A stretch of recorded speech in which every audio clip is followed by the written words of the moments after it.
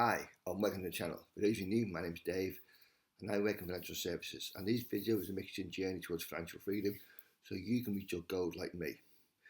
So what are the aims of the videos? Well, this video is my stocks and shares I set for the month of May 2026. Now, it's not to boast or brag, but to give people hope. If I can build a portfolio of six figures, you can too. So let's look at some numbers. So what are the aims? Well, we're looking for year-end value of £215,000, annual growth of 10%, and dividends this year of £6,000. So how have we done? Well, we started at 188,777. We finished at 203,915. So in the month, a profit of just over £15,000, and year to date, 11.21%. So finally, shall we say, at the £200,000 mark. So what have we put in contributions? Well, in the month we put in just over £2,000, and year to date nearly £6,500. Now we do ad hoc contributions as and when, plus ad hoc amounts as the top up. And what have we charged fees by our platform provider? Well, we charge a percentage of our assets against our shares and our funds, and fees slightly higher than normal, £23.56 in the month. And where exactly are we held? Well, predominantly in shares within the UK. Our portfolio, look at the quick chart, 55% in UK and Europe, 35% in Americas, and nearly 10% in Asia and emerging markets. Let's look at some dividends we've received in the month. Well, a very good month. Across our shares, we've got a yield slightly dropped because price has gone up of 4.97%. Now in the month, we got just over £1,500. From NatWest, £295, 50 new shares reinvested. Aviva, £526, we didn't reinvest. And Lloyds, £510, 501 shares we did reinvest in the company. And finally, Standard Life, £194, 24 shares reinvested because we got a yield of around about 9%.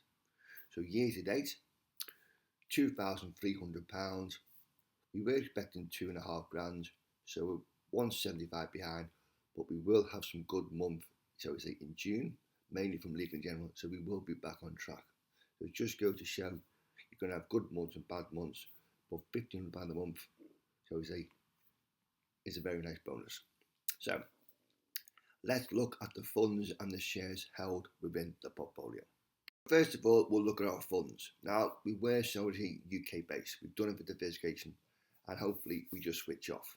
So at the moment we own 7 funds, 5 in profit, 2 in loss, 54% of the portfolio, £111,000. So what do we hold? Well, our largest holding is Fidelity World Index, a tracker fund, 0.12% fees, owns about 1,500 stocks, but given a return of 10% each year. But it's £37,000. We did top in the month of £2,600. Okay, we've got a passive ventures fund with our platform provider AJ Bell, £31,000, 15% of portfolio, same sort of fee, shall we say, but it was done for diversification. We own an LNG technology fund, £28,000, 13% of portfolio, slightly higher fees of 0.3%, and it owned around about 250 stocks, predominantly in the US. Who knows what happens? Are we in a tech bubble? But it's been very good over the past few years. 2 funds that have struggled though is a Fidelity China fund. We're at 2783 without a loss, but thankfully it's only 1.38% of portfolio. And we've got a Russia fund. We put £500 in. It went to 600 plus. It struggled ever since. Now it has made a profit this month of over 20%. We're basically back in profit, but thankfully it makes up 0.23% of the portfolio. Now when we are back in profit, we're going to de-invest in our funds and put it into our simple trackers. It's one less fund to worry about, okay? And hopefully reduce fees. Now we did put some money away to ring fence for a specific purpose. We put money in S&P 500 fund. We put £3,000 in. It's now worth £4,200, but 2% of our portfolio. And we've done an FT All World Index Fund, £6,000 in, it's now worth 7.5, but 3.6 per annum. But we've done it because we didn't want to invest in exit funds. So apart from our Russia fund, okay, hopefully back in profit very soon, and the China fund, which has struggled ever since, we've got some very nice funds. But we've done it for diversification. We just switch off, and they're giving us returns over 10%. Now let's look, shall we say, at the shares we hold within the portfolio. At the moment, we own 10 shares, thankfully all in profit. £92,500, 45% of portfolio, of which 41% in the FTSE 100 and 4% in the FTSE 250. So let's look at what we hold. Well, our largest holding is Lloyds Banking Group, 21,500 shares, nearly £22,000, 11% of our portfolio, and as we found the month, a very nice yield of 4%. Has been affected by the car scandal recently, shall we say, but it's got a redress issue in place. But it is cash rich, it did have very good results, and the dividend increased.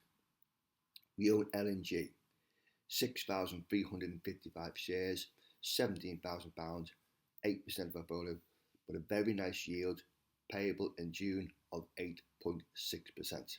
It's mainly done, shall we say, for insurance, but it's a big player within the pensions workplace industry. We own Aviva, again another insurance company, 2,008 shares, £12,500, 6% of our portfolio, but again a very nice yield of 7%, and we did get, shall we say, £500 in a month. Away from the UK banks, we own HSBC, 575 shares, £8,000, 4% of our portfolio. A yield around about 4%, but it does pay a nice quarterly dividend. And it was done, shall we say, but it has been a good run lately, but it has struggled with China. We own NatWest. The shackles are now off. 1,332 shares, £8,000, 4% of portfolio, but again a nice yield of nearly 4%. It's now got a free rein. Okay, dividend increase, profits increase. It's not under the government control anymore. We own Barclays, 1,722 shares, nearly £8,000, nearly 4% of the portfolio. Again, very good results, very good trading, but the yield is only 2%. But it does what it says the tin.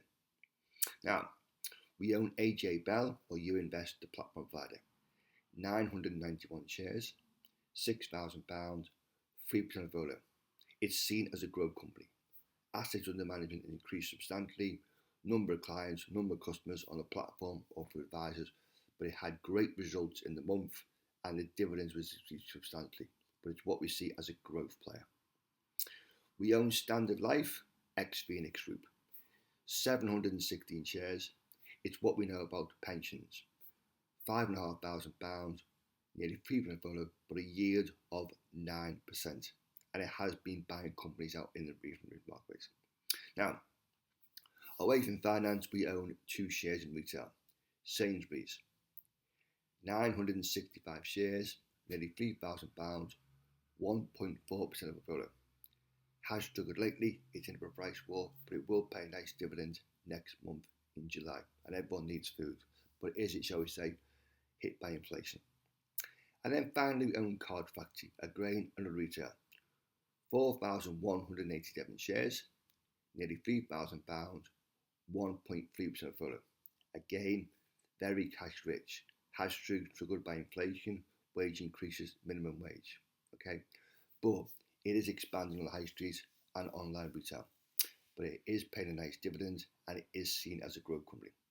So a collection of shares, predominantly financial shares, what we know about, but we've got some good dividends as we've proved during the month and what we've got in future. And we see no reason to sell any of them shares in the foreseeable future. It's what we call a buy and hold strategy. Okay, but as we said, our objectives, 10% year on year. But it just goes to show, if you invest on a regular basis, you think long term in a pension wrapper, you can build up a sizable portfolio. And remember, if you like videos, smash the like button, subscribe to the channel, and look at my finance blog, moneyminted.co.uk, about pensions, savings, investments. Okay, but if I can do it, you can do it, and we'll see you again in the next video.